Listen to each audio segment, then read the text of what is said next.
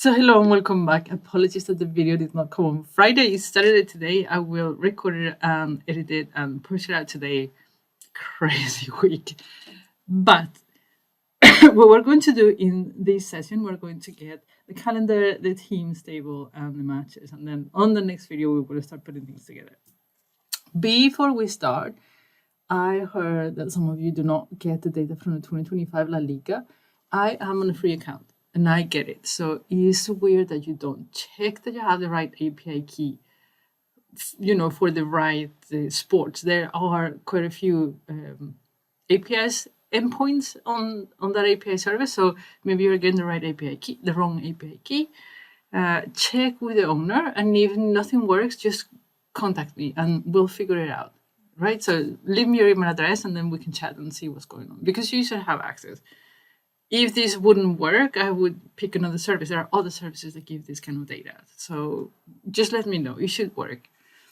Anyhow, what we're going to do today is, again, teams, matches, and calendar. We're going to start with teams. Get the list of available teams. The team ID is unique in the API. That basically means that if Real Madrid is participating in different leagues, the ID for Real Madrid would always be the same, which is very, very neat. And then you say, you would go, and you can say here, football API sports, and then you say teams, and then the ID. It says you can get the team's ID on our dashboard. The thing about this is it is a real pain. So you have to, for example, Real Oviedo, and then it will give you the ID and you will call one by one. You don't want to do this. There is another way, and it explains it here. How to get all teams and players from a league ID. Very important to read documentation. Very, very important. So it says here that if you want to get all the teams for a specific league, you just call the league and the season. You can see it here. This is the call that you need to do. Teams, league, and season. And that's the one we're going to use. Okay, so we go back to Power BI. I'm going to duplicate one, as we've been doing before, because why not? I don't have to write everything by hand. And it says API, and then it's teams, league, and season. I'm going to copy that, paste there. The league is obviously not 39. It's the league ID that we have in there. So we're going to do league ID, right? And then for the season, we already have our season as a parameter, so I'm going to add that. So I'm going to do dun, dun, dun, and then season, right? And that is going to give us all the teams for La Liga 2025. And you can see it works beautifully. To table, okay. And then here, I don't necessarily want the venue, I think. Let me see what I did get. So I got the team, so the name, the code, the country, and the logo.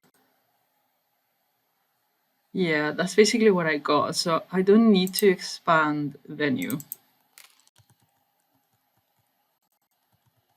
I'm not going to get anything from there. If you want to have any information about the venue, just get it.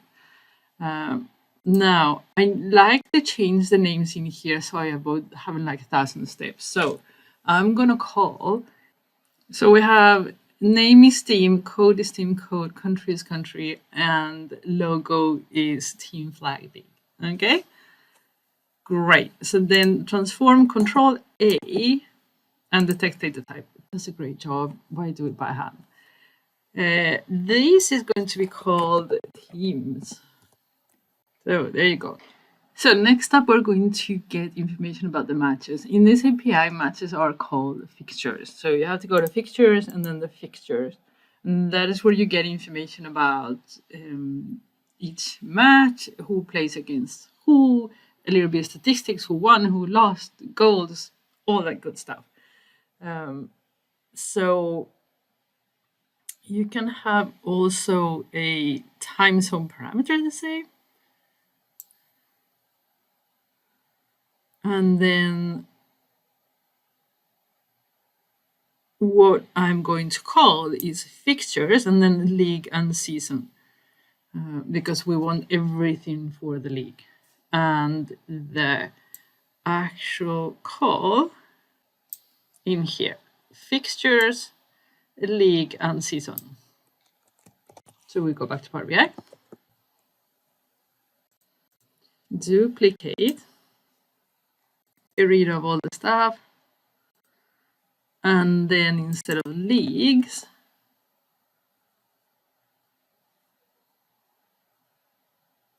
I'm going to have fixtures, and then I'm actually going to copy, because the rest is the same. League and season is actually the exact same thing. So league and season, make sure you, when you copy paste, that you copy paste correctly. This is going to be the matches, and then response to the table. And here you're going to have a ton of information that you need to decide exactly what you want. So what I normally do is I open it and see what it is, like referee stuff, timestamp, and say like, oh no, I don't want that.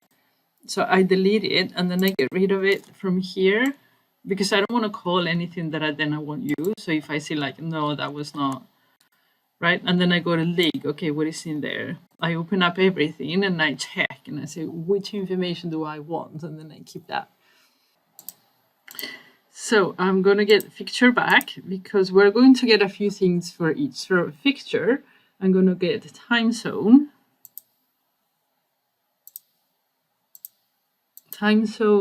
date, timestamp, venue, and status.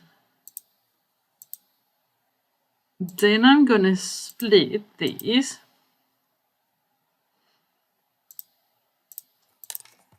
So I get the date and the time separate. So this is going to be our date. If I can, I always change the name on this step that allows me to, rather than the rename step all the time.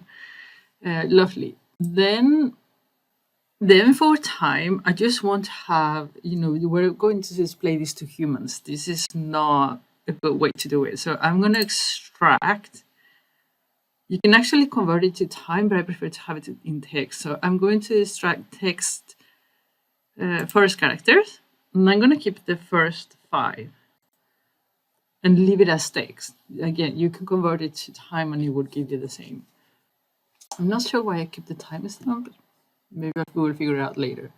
Then from teams, it doesn't look that I use venue and status, so I'm going to get rid of this. Then from teams, I've got home and away. And then I need to expand from each of them. So home and away, from home, I want name, logo, and winner.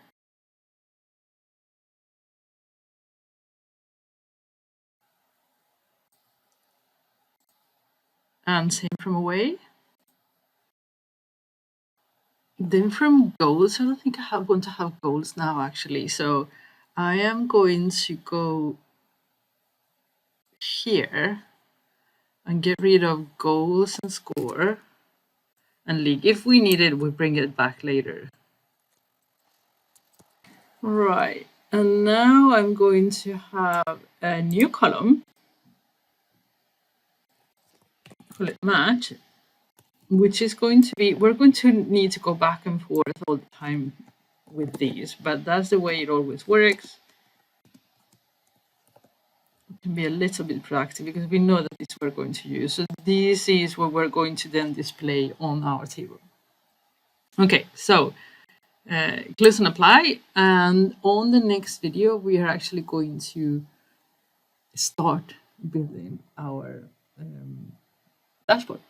So I will see you then.